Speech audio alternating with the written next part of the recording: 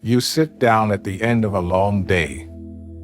The house is finally quiet. But inside your mind, the echoes of the day are still ringing. The conversations you had. The points you tried to prove. The misunderstandings you desperately tried to clear up. It is exhausting, isn't it? Spending so much of our energy trying to make others see our side. Trying to correct every wrong assumption. Trying to fix every broken perspective around us. For most of our lives, we are taught that our voice is our greatest weapon. We believe that if we just explain ourselves clearly enough, people will understand. If we just argue long enough, we will win. If we just speak loud enough, we will be respected. But as the years pass and the gray hairs multiply, a different truth begins to emerge. A truth that the ancient Stoics understood deeply. You realize that defending yourself against every little thing is a trap. It drains your spirit. It robs you of your peace. What if the ultimate strength does not lie in having the last word? What if true power is found in the exact opposite? Welcome to the Stoic path of silence. Tonight, we are going to talk about letting go of the need to explain. We are going to explore why silence is not a sign of weakness, but an impenetrable shield. If you are tired of the constant noise, stay with me. Let us find that quiet strength together. We live in an age that worships noise. Everywhere you look, someone is arguing. Someone is defending their choices. Someone is trying to prove they are right. Think back to your younger years. Remember how urgently you felt the need to be understood. If someone misunderstood your intentions, you would spend hours trying to clarify. If a friend disagreed with you, you would debate until you were out of breath. If a family member made an unfair comment, you fired back immediately. We were taught that silence meant defeat. We believed that if we just found the perfect combination of words, the other person would finally see the light. They would apologize. They would understand. But life has a way of teaching us hard lessons. Now, with 5, 6, or 7 decades of life behind you, you have probably noticed a sobering truth. Most of the time, explaining yourself changes absolutely nothing. People do not listen to understand. They listen to reply. They view the world through the lens of their own experiences, their own wounds, and their own biases. When you pour your heart out, trying to justify your actions or defend your character, you are often pouring water into a cracked jar.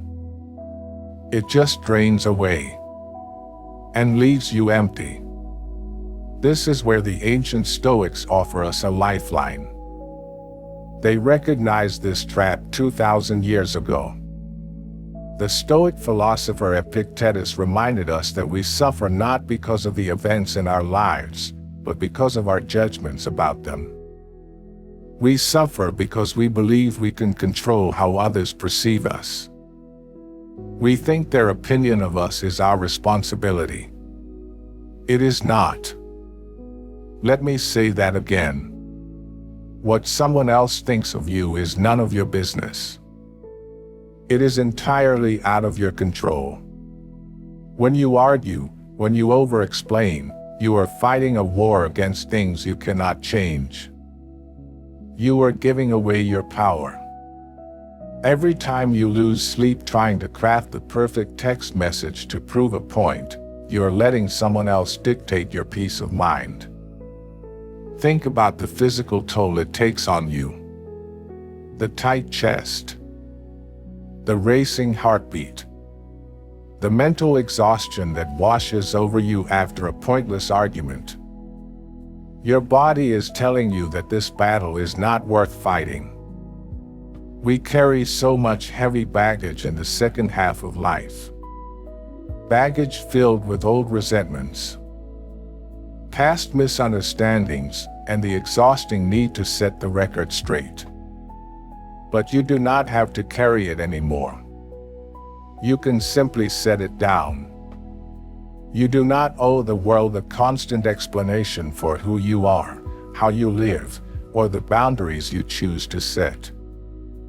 Imagine what would happen if you simply stopped. Stop trying to convince the cynical. Stop trying to prove your worth to those who are determined to misunderstand you. The world tells you that you must speak your truth.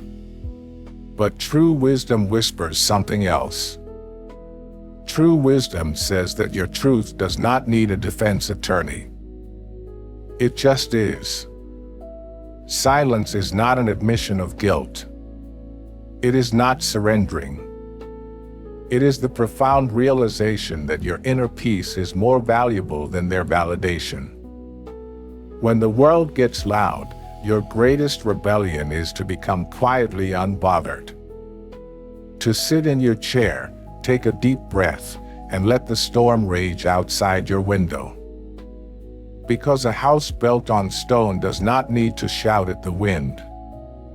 It simply stands firm. Many of us grew up believing that silence was a form of surrender. If you do not speak up, they win. If you do not defend your name, people will assume the worst. If you stay quiet, you are weak. But let us look at that belief for a moment. Who is actually in control when you are forced to defend yourself? Is it you? Or is it the person who provoked you? When someone makes an unfair accusation, and you immediately rush to correct them, you are playing their game. You are dancing to their music. You are handing over the remote control to your emotions. The Stoics had a different word for silence. They did not call it surrender. They called it a shield. Marcus Aurelius, a Roman emperor who faced constant betrayal, rumors, and deceit, understood this better than anyone. He wrote in his journal that you always own the option of having no opinion. There is never any need to get worked up or to trouble your soul about things you cannot control. Having no opinion. Imagine the absolute freedom in that.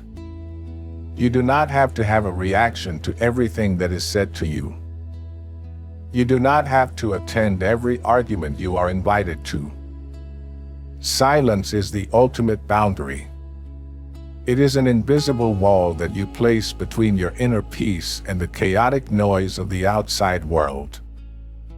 Think about the times you felt the strongest urge to explain yourself. Perhaps your adult children made a harsh judgment about the past. Perhaps a relative questioned your decisions. Perhaps an old friend twisted your words to make you look like the villain. In those moments, your ego screams at you to fight back. Your ego wants a courtroom. It wants a judge, a jury, and a dramatic verdict declaring that you are right and they are wrong. But what does your soul want? Your soul just wants peace.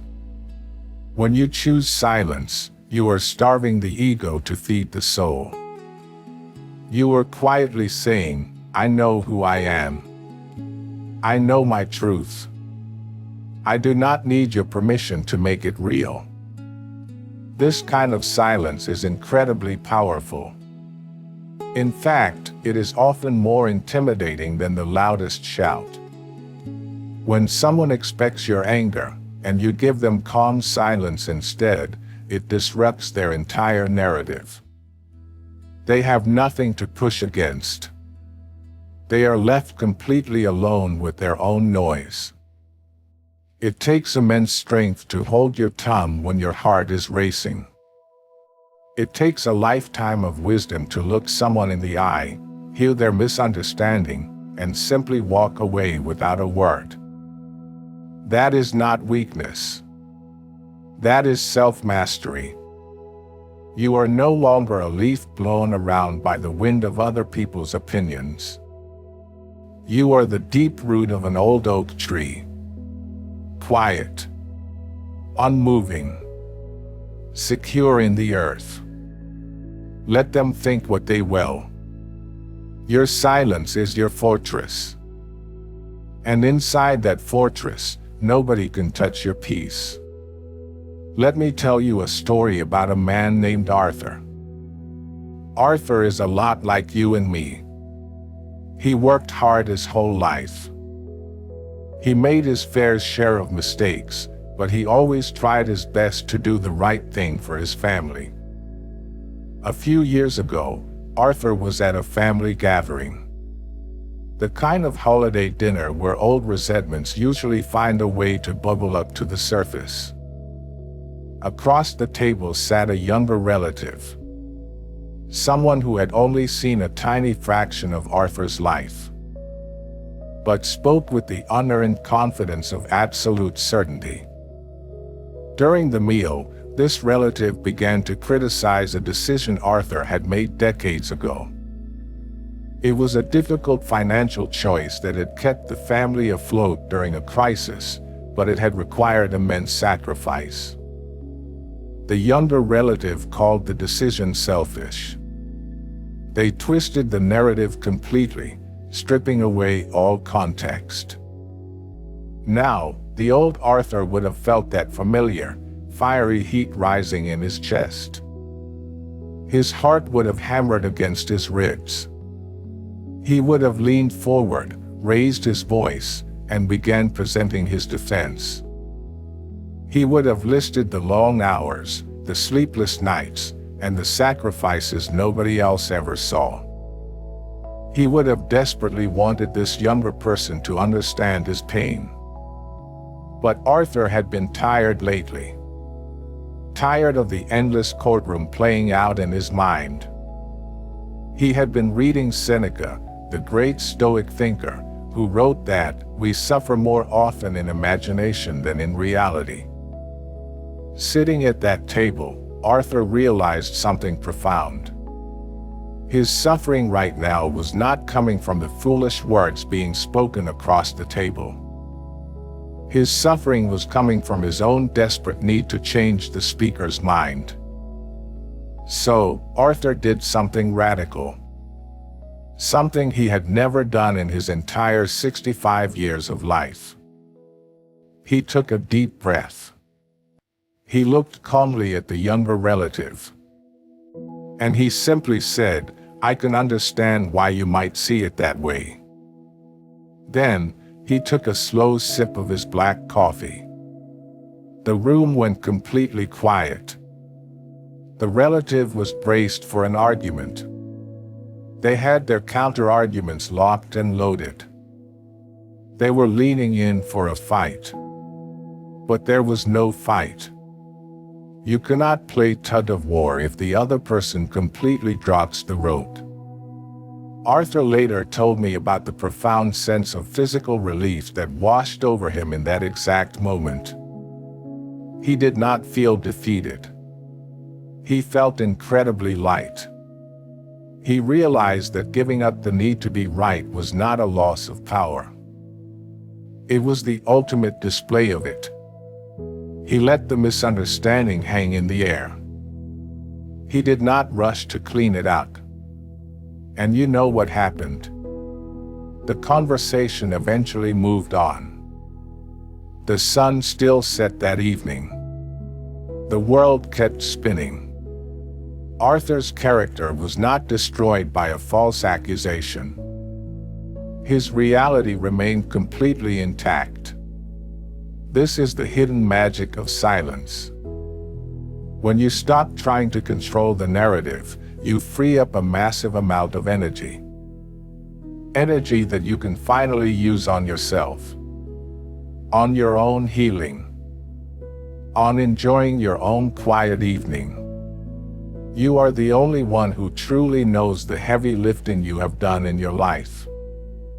You know the silent tears you have shed.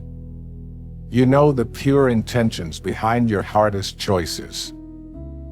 Why hand over the gavel to a jury that has not even seen the evidence? Let them have their distorted version of you.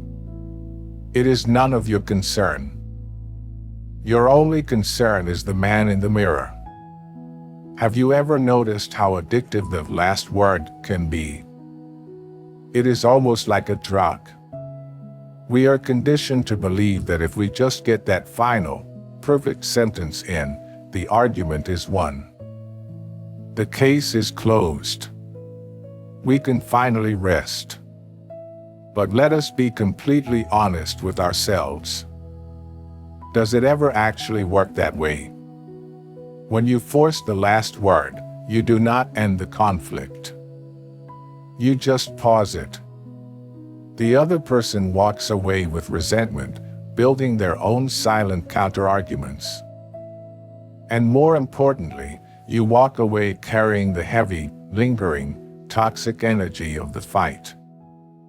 The ancient Stoics observed human behavior with incredible clarity.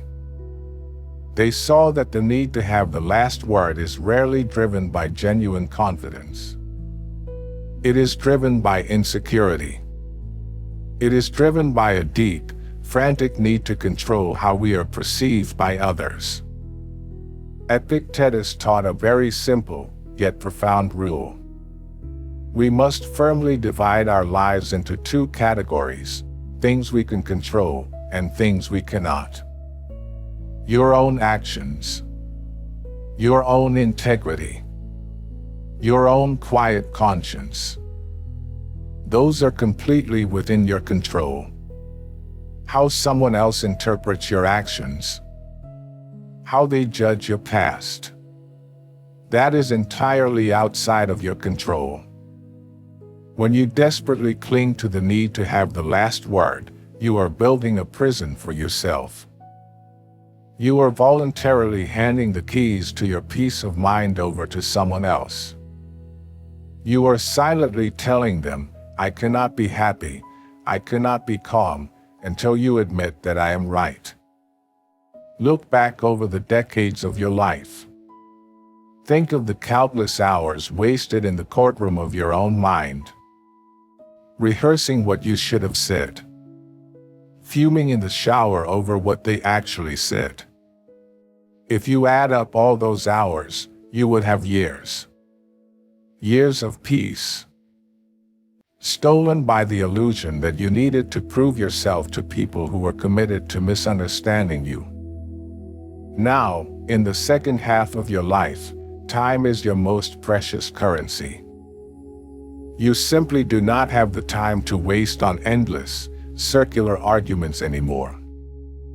You do not have the physical or mental energy to play the role of the defendant in someone else's courtroom. Silence is the master key that unlocks this prison. When you let go of the need for the final word, you instantly step out of the game entirely. Imagine a rope pulled tightly between your hands and theirs. You are pulling with all your might to bring them to your side of understanding. They are pulling just as hard in the opposite direction. The tension is exhausting. Your hands are burning. The modern world tells you to pull harder, to find better arguments, to speak louder. Stoicism tells you to simply drop the rope. Let them stumble backward. Let them declare a hollow victory if they need to. Their victory has absolutely nothing to do with your reality. Dropping the rope means accepting that some people will never understand you. And more importantly, accepting that it is completely okay. Your character is written in the decades of hard work you have put in. It is written in the quiet sacrifices you made when no one was looking. It is not written in the final, angry sentence of a pointless debate. Seneca reminded us that true power is having power over oneself. The next time you feel that familiar itch to jump back into the fray, to send that long, defensive text message, to make one final, biting comment, just pause. Ask yourself, what am I trying to win here? Am I trying to win a fleeting moment of ego? Or am I trying to protect my lasting peace? You cannot have both. You must choose. Choose the quiet. Choose the ultimate freedom of walking away. Let the silence be your final, unbreakable word. Think about the last time someone directed their raw anger at you. Maybe it was a stranger overreacting over a minor inconvenience. Maybe it was a family member bringing up old, bitter resentments out of nowhere. It always feels like a sudden, violent storm. Instinctively, our bodies react. Our heart rate spikes. Our muscles tense. We feel the overwhelming urge to match their energy. We want to raise our voice just as loud, to show them, right then and there, that they cannot speak to us that way, to defend our pride. But let us pause and look to the wisdom of a man who held the greatest power in the ancient world. Marcus Aurelius was a Roman emperor. He commanded armies and ruled continents. Every single day, he faced betrayal, incompetence, and the furious demands of the people around him. Yet, in his private diary, he wrote a powerful reminder to himself. He wrote, "To be like the cliff against which the waves continually break, but it stands firm and tames the fury of the water around it." When someone comes at you with anger, they are the crashing wave. If you argue back, if you try to forcefully correct them in the heat of the moment, you are no longer the cliff. You become just another wave, crashing violently into theirs. You are simply multiplying the chaos. Anger is exactly like a fire. And a fire absolutely cannot burn without fuel. When a person speaks to you in anger, they are desperately waiting for you to throw a log onto their fire. They want your reaction. They need your outrage and your defensiveness to justify their own emotional outburst. But what happens when you offer silence? What happens when you simply look at them, calmly acknowledge their frustration, and refuse to throw your wood into their flames? The fire has nowhere to go. It might flare up for a brief second as they try to provoke you harder. But without your reaction to feed it, it quickly burns itself out. They are left standing there, holding nothing but the ashes of their own temper. This kind of silence is not about being passive. It is not about letting people walk all over you or accepting abuse. It is about maintaining complete control over your own spirit. It is about refusing to let someone else's bad day become your bad day. Marcus Aurelius knew that responding to anger with anger only degrades your own character. It pulls you down into the mud with them. Silence is the ultimate act of stepping back. It is you looking at the situation and quietly saying, "I see your storm, but I will not let it rain in my house." At this stage in your magnificent, complex life, you have earned the right to a quiet house. You have earned the right to step away from unnecessary drama. The next time someone tries to pull you into their angry narrative, remember the cliff. Stand perfectly firm. Let their harsh words crash against you and fall away into the ocean. You do not need to absorb them. You do not need to fight them. Just breathe and let the silence protect you. Let me tell you another story. This one is about a father named Robert and his adult daughter. For years, their relationship had been built on a very fragile piece. Every time they spoke, it felt like walking through a field of hidden traps. Inevitably, an argument would break out. His daughter carried a lot of hurt from her childhood. She felt Robert had worked too much and that he was emotionally distant when she needed him most. Whenever they sat down for coffee, these old grievances would inevitably spill out. And every single time, Robert did what most of us naturally do. He fiercely defended himself. He would remind her of the heavy bills he had to pay. He would list the endless sacrifices he made just to keep a roof over their heads. He desperately wanted her to understand that his absence was not a lack of love. It was his own flawed attempt to provide for his family.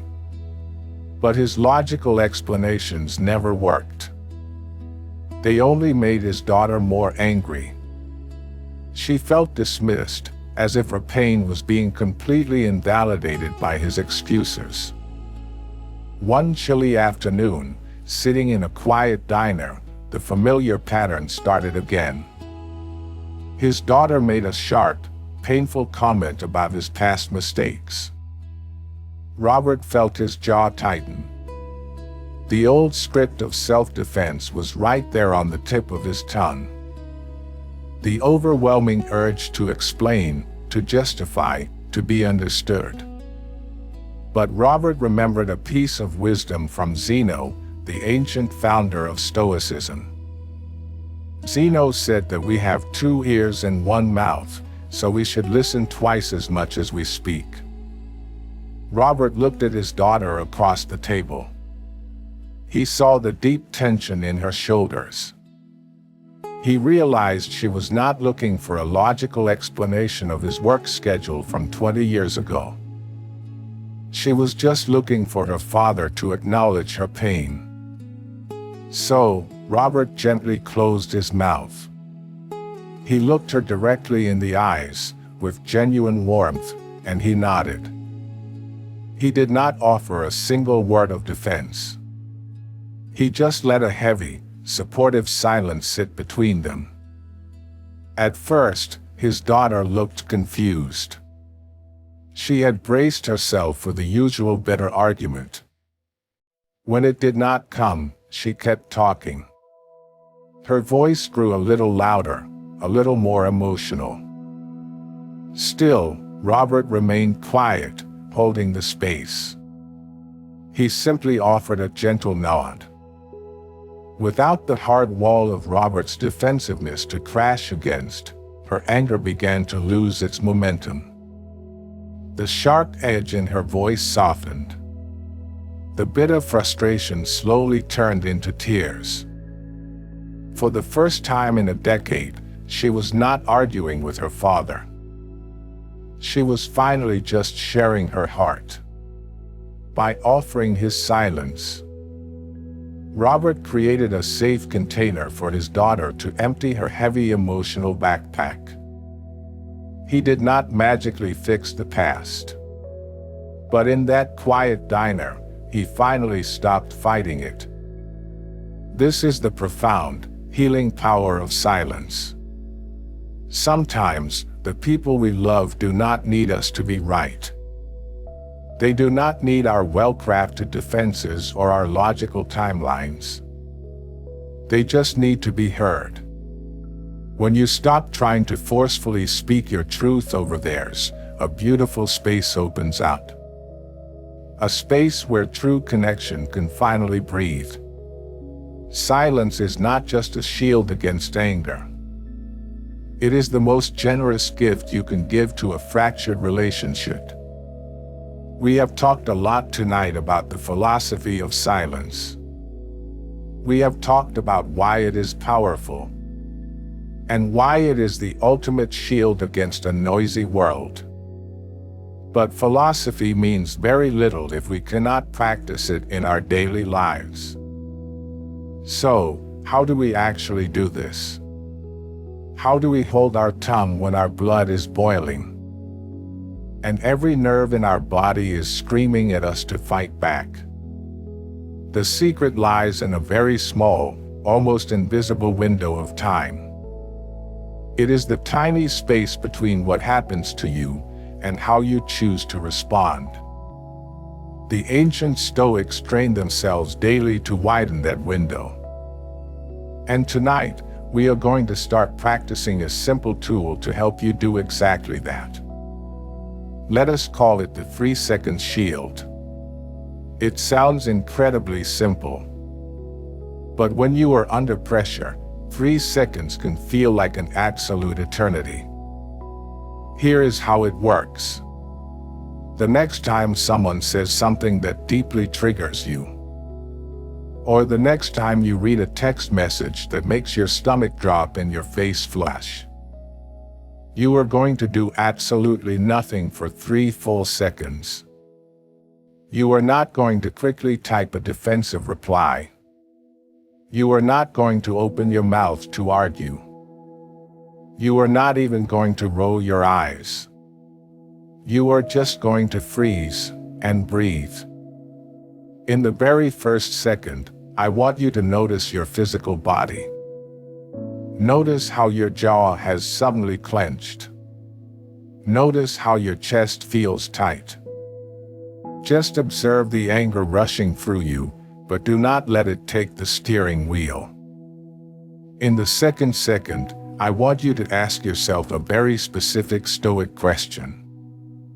Ask yourself, if I engage with this right now, am I protecting my peace?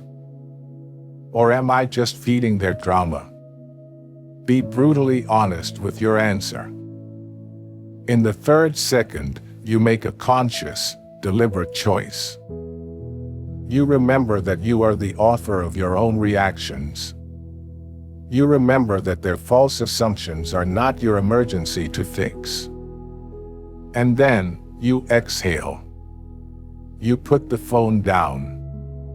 Or you simply offer a calm nod and change the subject. This tiny pause is where your true freedom lives. When you react instantly to a provocation, you are acting on pure emotion. You are letting the other person control your nervous system like a puppet on a string. You are giving them exactly what they want. But when you force that 3-second pause, you bring your wise, mature self back online. You cut the strings. Will you get it right every single time? Of course not. There will be days when the words slip out before you can catch them. Decades of old habits take time to untangle. But every single time you manage to catch yourself, every time you successfully hold that 3-second shield, you are building a profound new strength. You are proving to yourself that you are no longer a slave to other people's opinions. Try it tomorrow. When someone is unnecessarily rude or a relative makes a sharp comment, just pause. Count to 3 in your head. Let the heavy silence hang in the air. You will be amazed at how quickly the urge to fight simply dissolves away.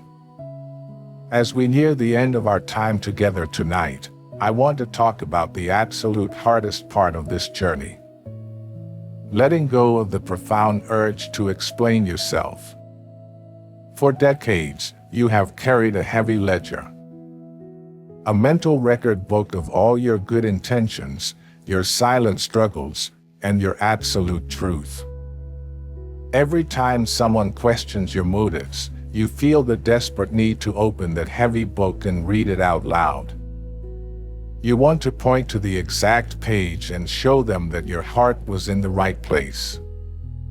But here is a painful, yet entirely liberating truth. Some people will never, ever read your book. They only want to glance at the cover and make their own cynical judgment. And that has to be okay.